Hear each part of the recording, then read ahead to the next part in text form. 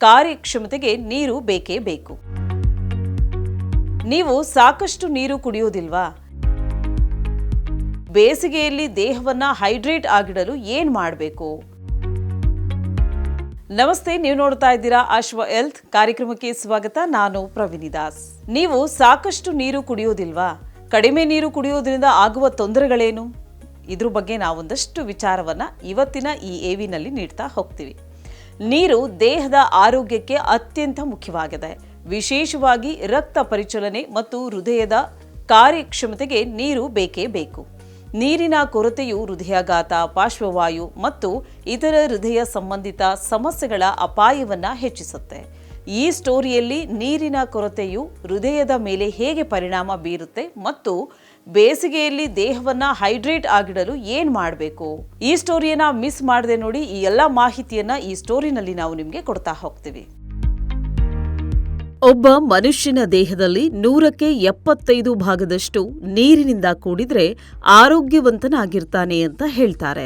ದೇಹಕ್ಕೆ ನೀರಿನ ಕೊರತೆಯಿಂದ ರಕ್ತದ ಸಾಂದ್ರತೆ ಹೆಚ್ಚುತ್ತೆ. ಇದರಿಂದ ರಕ್ತದ ಸಂಚಲನೆ ನಿಧಾನವಾಗಿ ಆಗುತ್ತೆ. ಇದರ ಪರಿಣಾಮವಾಗಿ ರಕ್ತವನ್ನ ಪಂಪ್ ಮಾಡಲು ಹೃದಯದ ಮೇಲೆ ಹೆಚ್ಚಿನ ಒತ್ತಡ ಬೀಳುತ್ತೆ. ದೀರ್ಘಕಾಲದ ನೀರಿನ ಕೊರತೆಯಿಂದ ಹೃದಯಾಘಾತ ಅಥವಾ ಪಾರ್ಶ್ವವಾಯುನ ಅಪಾಯವನ್ನು ಕೂಡ ಹೆಚ್ಚಿಸುತ್ತೆ. ಇನ್ನು ದೇಹದಲ್ಲಿ ಕಡಿಮೆ ರಕ್ತದೊತ್ತಡ ಅಂದ್ರೆ ಲೋ ಬಿಪಿ ಹೇಗೆ ಆಗತ್ತೆ ಗೊತ್ತಾ? ನೀರು ದೇಹದಲ್ಲಿ ಎಲೆಕ್ಟ್ರೋಲೈಟ್ಗಳ ಸಮತೋಲನವನ್ನ ಕಾಪಾಡಿಕೊಳ್ಳಲು ಸಹಾಯ ಮಾಡುತ್ತೆ. ನೀರಿನ ಕೊರತೆಯಿಂದ ಎಲೆಕ್ಟ್ರೋಲೈಟ್ ಅಸಮತೋಲನ ಉಂಟಾಗಿ ರಕ್ತದೊತ್ತಡ ಕಡಿಮೆಯಾಗಬಹುದು. ಕಡಿಮೆ ರಕ್ತದೊತ್ತಡವು ಹೃದಯದ ಬಡಿತವನ್ನ ಹೆಚ್ಚಿಸಿ ಹೃದಯಾಘಾತದ ಅಪಾಯವನ್ನು ಕೂಡ ಉಂಟು ಮಾಡಬಹುದಾಗಿದೆ. ದೇಹದಲ್ಲಿ ರಕ್ತ ಕಡಿಮೆಯಾದಾಗ ಆಮ್ಲಜನಕ ಮತ್ತು ಪೋಷಕಾಂಶಗಳನ್ನ ದೇಹದಾದ್ಯಂತ ಒಯ್ಯಲು ಹೃದಯವು ಹೆಚ್ಚು ಕಷ್ಟಪಡಬೇಕಾಗತ್ತೆ. ಇದು ಹೃದಯದ ಮೇಲೆ ಒತ್ತಡವನ್ನು ಉಂಟು ಮಾಡಿ ದೀರ್ಘಕಾಲದಲ್ಲಿ ಹೃದಯದ ಸ್ನಾಯುಗಳಿಗೆ ಹಾನಿಯಾಗಬಹುದಾಗಿದೆ. ಇದು ಹೃದಯದ ಒತ್ತಡಕ್ಕೆ ಕಡಿಮೆಯಾಗುತ್ತೆ. ಬೇಸಿಗೆಯಲ್ಲಿ ದೇಹವನ್ನ ಹೈಡ್ರೇಟ್ ಆಗಿಡಲು ಸಲಹೆಗಳು.